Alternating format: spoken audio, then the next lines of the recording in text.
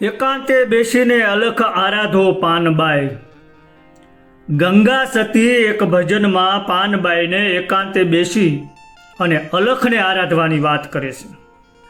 હવે એકાંતમાં બેહવાની વાત આવે એટલે આપણે એમ સમજીએ કે જ્યાં માણસોની ભીડ ન હોય, જ્યાં માણસોની અવરજવર ન હોય, જ્યાં માણસોનો કોઈ કોલાહલ ન હોય કે બીજા કોઈ અવાજનો ઘોંઘાટ ન હોય, પશુ પક્ષીનો પણ અવાજ ન હોય, એવું એકદમ શાંત સ્થળ તે એકાંત। પણ મહાપુરુષો અને જાગૃત પુરુષો જુદી વાત કરે છે। એકાંતની બાબતમાં તેઓની વાતનો મર્મ કાંઈક જુદો છે। તેઓ એમ કહે છે કે જ્યાં વાસના અને વિકારની ભીડ ન હોય, એટલે કે વાસના વિકારનો બિલકુલ આવેગ ન હોય, એવું એકાંત। તો આવું એકાંત ક્યાં? તો આપણી ભીતરમાં એક સ્થાન એવું છે કે ત્યાં કોઈ વિકાર, વિચાર કે વાસના સ્પર્શતી નથી। આપણે માણસોથી દૂર રહી શકીએ, તે બહુ મોટી વાત નથી કે મુશ્કેલ પણ નથી, અઘરું પણ નથી, રહી શકીએ। પણ માણસોથી દૂર રહીએ ત્યારે ઘડીભર એવું લાગે કે ક્રોધ જતો રહ્યો, કામના જતી રહી, ઈર્ષા જતી રહી, અદેખાઈ જતી રહી। પણ પછી પાછા ફરી જેવા માણસોના સંપર્કમાં આવી ત્યારે આ બધું જ પાછું પ્રગટ થાય છે। અને આવું એટલા માટે થાય છે કે આ આપણે આપણું માનેલું એકાંત છે અને તે ભ્રમણાનું એકાંત છે। આ હાસુ એકાંત નથી। હાસુ એકાંત તો ભીતરમાં છે। ભીતરનું જે એકાંત છે ત્યાં વિચારો કે વાસનાના મોજાઓ ઉઠતા જ નથી। ગાઢ નિંદ્રામાં આપણે એ સ્થાનમાં પહોંચી જઈએ છીએ। નિંદ્રામાં આપણે હાવ એકલા હોઈએ છીએ અને ત્યાં બધા સગા સંબંધી ભૂલી જઈએ છીએ। ત્યારે કોઈ યાદ આવતું નથી। જીવનની આખરી સ્થિતિ પણ આવી જ હોય છે। જીવ સંસારમાં આવે છે એકલો અને જાય છે ત્યારે પણ એકલો જ જાય છે। આનો બોધ થાય ત્યારે જ એકાંત શું છે તે પકડમાં આવે છે। આ વ્યવહારનું એકાંત એ ખરેખર એકાંત નથી, પણ હાસુ એકાંત ભીતરમાં છે। અને આ ભીતરમાં હાસુ એકાંત છે એ સ્થાનમાં અલખ આરાધવાની વાત છે।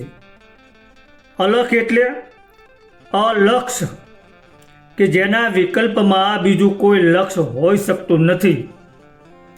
આ એકમાત્ર એવું લક્ષ્ય કે જે મન અને બુદ્ધિની પકડમાં આવતું નથી। આપણા બધા વ્યવહારો મન અને બુદ્ધિ સાથેના છે અને એ બધા દેશ કાળથી બંધાયેલા છે।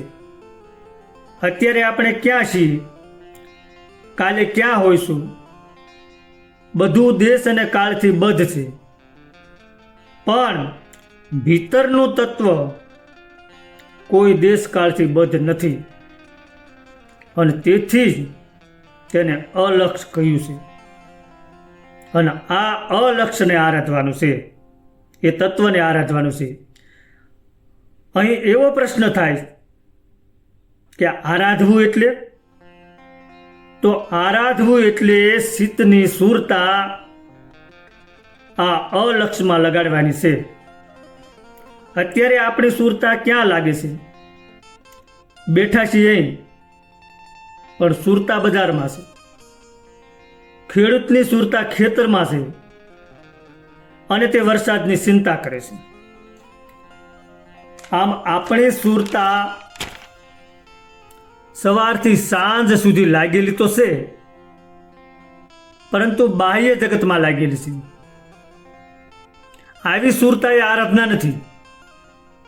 લક્ષ્યનો કોઈ બોધ નથી, એટલે મનમાં ચિંતાના વાદળો ઘેરાયેલા રહેશે। પણ સાધુ સંતો અને મહાપુરુષોનું આવું નથી હોતું. એમનું ચિત્ત ગમે તેમ ભટકતું નથી.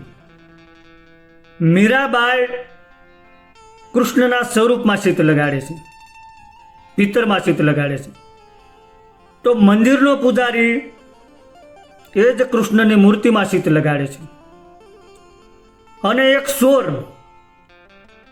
કૃષ્ણની મૂર્તિને પહેરાવેલા દાગીના ચોરવાની તક શોધે છે, એટલે કે ઘરેણાની ચોરીમાં ચિત્ત લગાડે છે. હવે આમ જોઈએ તો આ ત્રણેયના ચિત્ત એક જગ્યાએ લાગેલા છે, પરંતુ આમાં આરાધના તો માત્ર મીરા જ કરે છે, કારણ કે એનું ચિત્ત ભીતરમાં સ્થાપેલ કૃષ્ણના સ્વરૂપમાં લાગેલું છે, જ્યારે ખેડૂત અને ચોરનું ચિત્ત તો બાહ્ય જગતમાં લાગેલું છે. ચિત્ત ચિંતન કરે છે કે ચિંતા કરે છે, એ જ બારીકાઈથી જોવાનું છે. આપણું ચિત્ત મોટે ભાગે ચિંતા કરતું હોય છે, જ્યારે જાગૃત પુરુષનું ચિત્ત ચિંતન કરતું હોય છે. તો આ ભીતરના તત્વ સાથેના ચિંતનને આરાધના કહે છે. આરાધના એટલે એક તાર લાગી જવો. એક ઈયળ ભમરીનું ચિંતન કરતા ભમરી બની જાય છે, એ રીતે માણસ બ્રહ્મનું ચિંતન કરે તો બ્રહ્મ સ્વરૂપ બની શકે છે. આમાં ચિંતન એ અહંકારનો વિષય નથી, પણ તે ચિત્તની સુરતાની બાબત છે.